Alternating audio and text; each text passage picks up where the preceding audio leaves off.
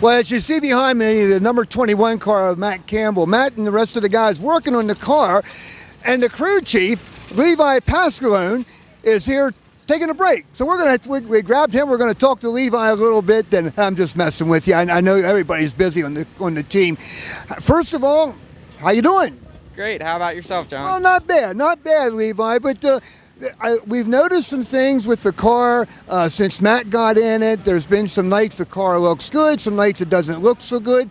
But it's a challenge in these cars, and every night is different. Right. This year it seems like everyone seems to be struggling in their own way, whether it be with tires or just setup in general. And at the beginning of this year, with the team, there wasn't really a set team here. So race to race, we would gather a team and go racing.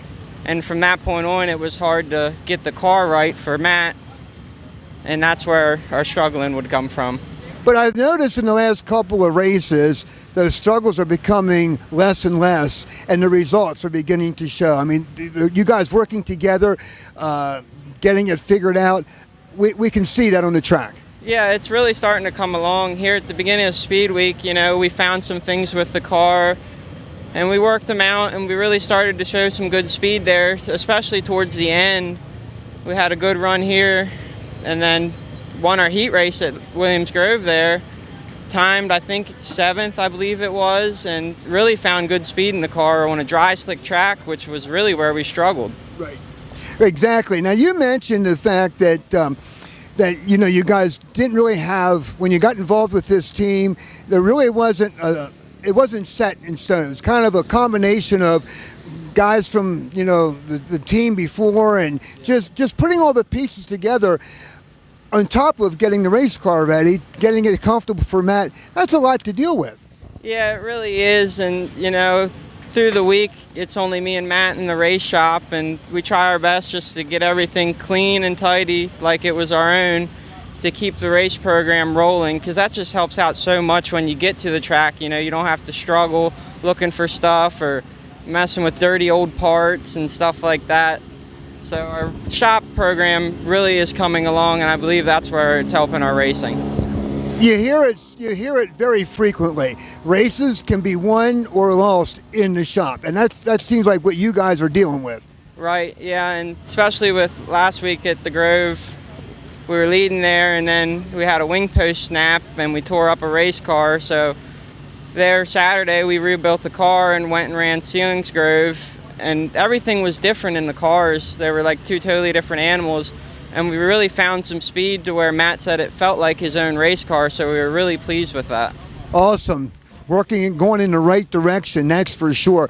You also mentioned about, you guys seem to be struggling, but it seems like there's nobody in the sprint car world dominating this season. So is everyone struggling, or is everyone just running well?